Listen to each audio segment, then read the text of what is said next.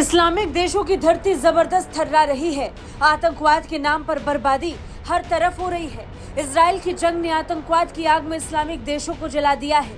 अब एक बार फिर अमेरिका ने यमन में हूती ठिकानों पर जोरदार हमले किए हैं। पहले हमास का इजराइल पर हमला, फिर इजराइल का हमास पर। इस जंग में हिजबुल्लाह और हूती भी कूदे। लेबनान, सीरिया, यमन फिर से थर्रा उठे। हूतियों ने अरब सागर में उत्पात मचाया तो अमेरिका और ब्रिटेन ने जवाबी हमले शुरू कर दिए।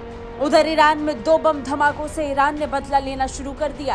पहले इराक, फिर सीरिया और फिर पाकिस्तान में जोरदार मिसाइल दागी। उधर हूतियों ने अरब सागर में अमेरिकी जहाज को निशाना बनाया और अब फिर एक बार अमेरिका ने यमन में धावा बोल दिया।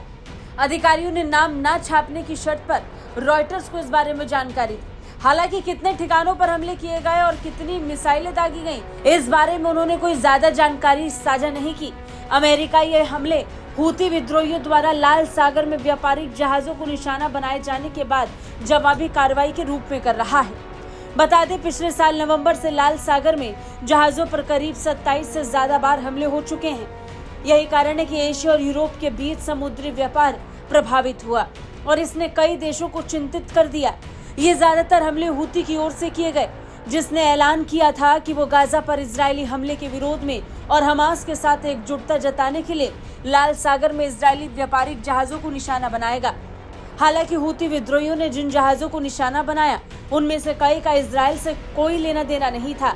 उधर यमन की तरफ से कहा गया कि हमने अदन की खाड़ी में एक अमेरिकी जहाज को सटीक और प्रत्यक्ष रूप से निशाना बनाया। बता दें कि हूती यमन का एक मिलिशिया संगठन है जो यमन के अधिकांश हिस्से को नियंत्रित करता है, जिसे ईरान से भी समर्थन प्राप्त है। हूती ने अपने ठिकानों पर अमेरिकी और ब्रिटिश हमलों के जवाब में इन दोनों देशों के जहाजों को निशाना बनाते हुए अपने हमलों का विस्तार करने की धमकी दी। अमेरिकी सेना ने कहा था कि यमन में हूती विद्रोहियों द्वारा नियंत्रित क्षेत्रों से लॉन्च किए गए एक ड्रोन ने अदन की खाड़ी में एक अमेरिकी स्वामित्व वाले जहाज को निशाना बनाया था, जिसके जवाब में अमेरिका ने यमन स्थित हूती संगठन को फिर से आतंकवादी समूह की सूची में डाल दिया।